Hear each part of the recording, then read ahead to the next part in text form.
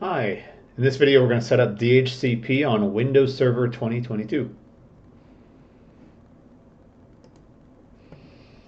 Once you have Windows Server set up, we need to do a couple of checks first. First, let's see what network it's on. Right-click the tab, go to Settings, and place it under NAT, Network Address Translation. Let's verify the same thing for our test machines. Now I have two of them, one's Linux, one is Windows. You only need one to test it. Windows is on NAT, and Pop! OS, which is a fork off of Ubuntu, is also on NAT. Good. Now if we go to Edit, Virtual Network Editor, there's a couple of things we need to take note of. First is the number, the subnet at the bottom. 192.168. Now I have 231. You may have 115, or it could be anything. It's randomly assigned. But I like to keep mine very easy to remember. So I'm going to make it 10. 192.168.10.0. That doesn't change the outcome. It's just something that's easy for me to remember. The next thing is the subnet mask. It's a class C, so remember that. Also, you want to turn off the DHCP service built into VMware. So the server that they have that's giving out IP addresses, turn that off, as we will be setting up our own. Lastly, click NAT settings, and you will see there is a router built into VMware that helps the machines in this virtual switch get out on the internet. And it is a .2. So let's apply this. And the router now is in a 10.0, or I'm sorry, 192.168.10.2. Click OK. Click OK. Okay, so let's add this as a note.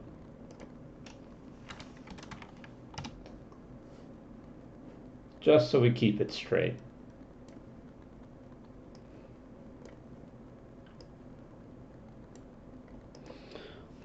Our own IP is going to be 192.168.10. I'll make this one .3. So 0 is the network ID, you can't use it. .2 is VMware's router, so logically let's just make ours .3. It's 24-bit subnet, also known as a class C. And the router, or default gateway, is 192.168.10.2. Our DNS server that I'm going to use for this assignment is, we'll just use Google, and their backup is 8.8.4.4. So we'll space that out, make it a little easier to see. Okay. Next, we're going to want to click the refresh button, because we did just,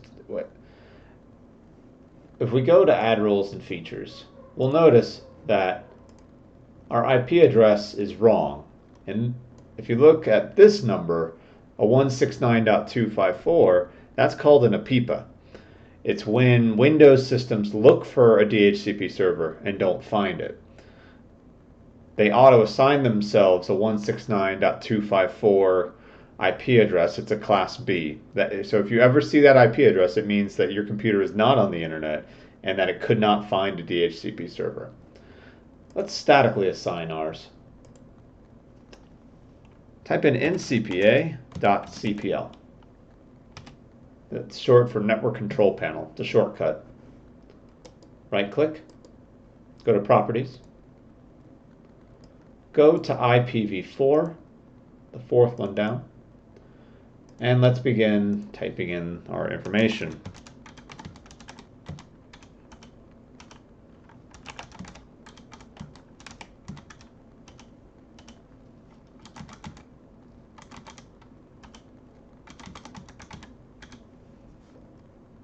Click OK, and then OK here so it takes effect. If you don't click OK on both, it won't take effect.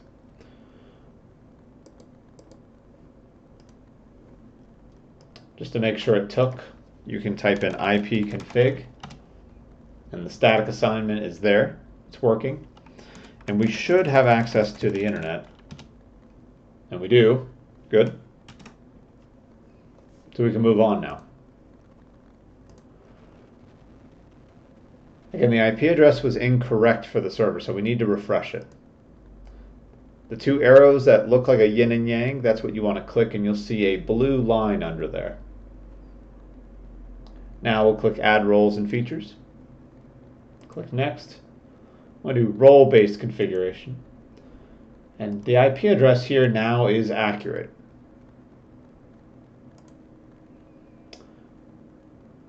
The server we're going to set up is a DHCP server. Click Next. Add the features. Click Next. It's not going to need to restart, so we can just install it without having to check that box. So while this is loading, DHCP servers are necessary in any network that's where it's too large to statically assign everything. So pretty much everything you've used, it has a DHCP server. Where it's a problem is when a second one gets set up and gives out the wrong information. That's called a rogue DHCP server. Sometimes it's malicious, sometimes it's just accidental. So to prevent yourself from setting up a rogue DHCP server, ensure that you are either NATed or host only and you are not bridged while setting up the VM.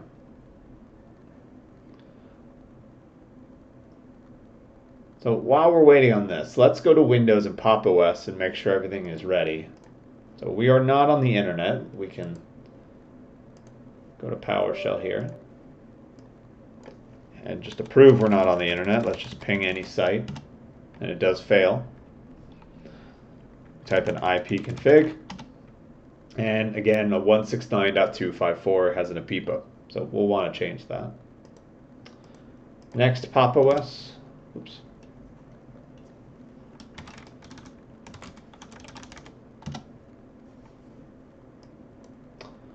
All right, so we do not have an IP address right now, but we'll find one. You can type in IP address and I'll tell you what it is, or you can do IPA for short. All right, so we're about halfway there. I'll pause the video for a moment and let that finish, and we'll be back. Okay, our DHCP server is finished installing. Let's set it up. Click Complete DHCP Configuration.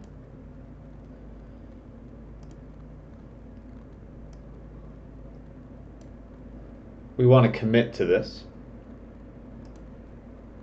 And then click Close. And then Close again. Now we have DHCP on the left side so we can manage it. Let's click that. Right click it. Go to DHCP Manager.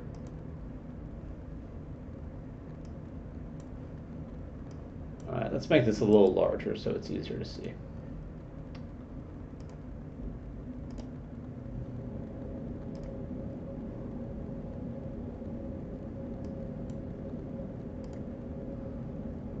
So my computer is DC1, Domain Controller 1. You wouldn't typically set up a domain controller with DHCP, but now click IPv4, and you'll see we don't have a scope, and it's prompting us to add one. Right click, go to New Scope. Click Next. Let's give it a name. I'll call it VM Test.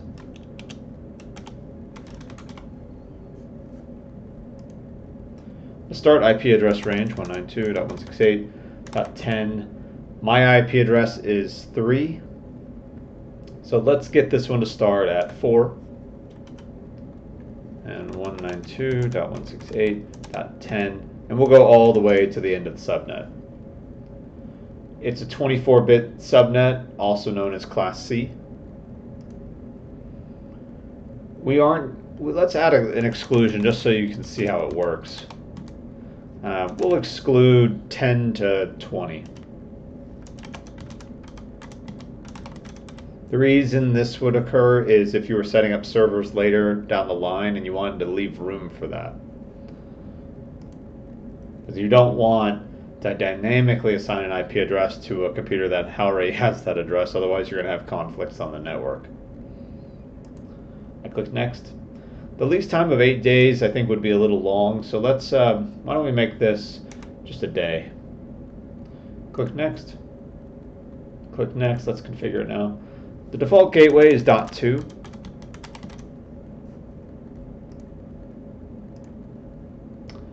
And domain server, or I'm sorry, DNS server, it's reading what's currently on the system. That's fine. I don't need to change this. Win server, that's not something we need to set up. And next, I do want to activate it, so click next and finish. So at the top left, you'll see it's a blue exclamation point. It does take a moment for it to turn green. Or you can also just go in and refresh it, and it turns green. Again, I was right click, go to refresh. Okay, so now that this is running, let's test it in Windows. IP config / release. This will get rid of the APIPA or the IP address that was auto-assigned. And we want to type in renew. So ipconfig space / renew.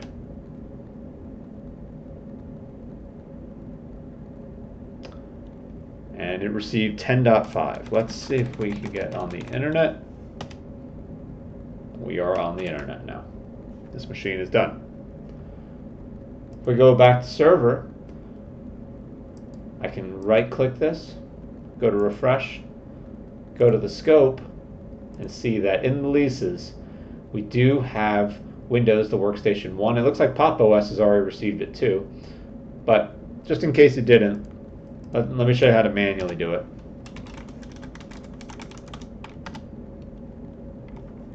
We type in IP address, and it did receive it, 10.4. It actually beat out the Windows system a little bit. So, but I'll show you how to manually do it.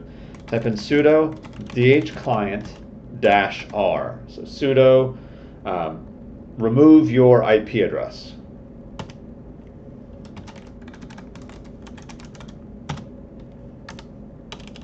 Do the same thing, but remove the -r. So this, now that the IP address is removed, it's going to, there we are.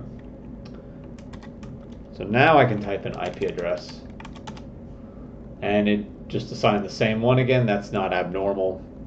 When computers lose their IP address and get another one, it's not uncommon for it to assign the same one. And let's check to see if it is on the internet. And it is. So again, you can click leases just to verify. It's a Linux is right there. Windows is right there. So DHCP server can serve Mac OS, Windows, Linux clients. It doesn't matter what the client is, it can serve it. So you could have a Windows DHCP server, a Linux DHCP server, a FreeBSD DNS server, or DHCP server. All of them communicate with each other just fine. So, but yeah, in this video again, we went over how to set up a DHCP server on Server 2022. Thank you for your time.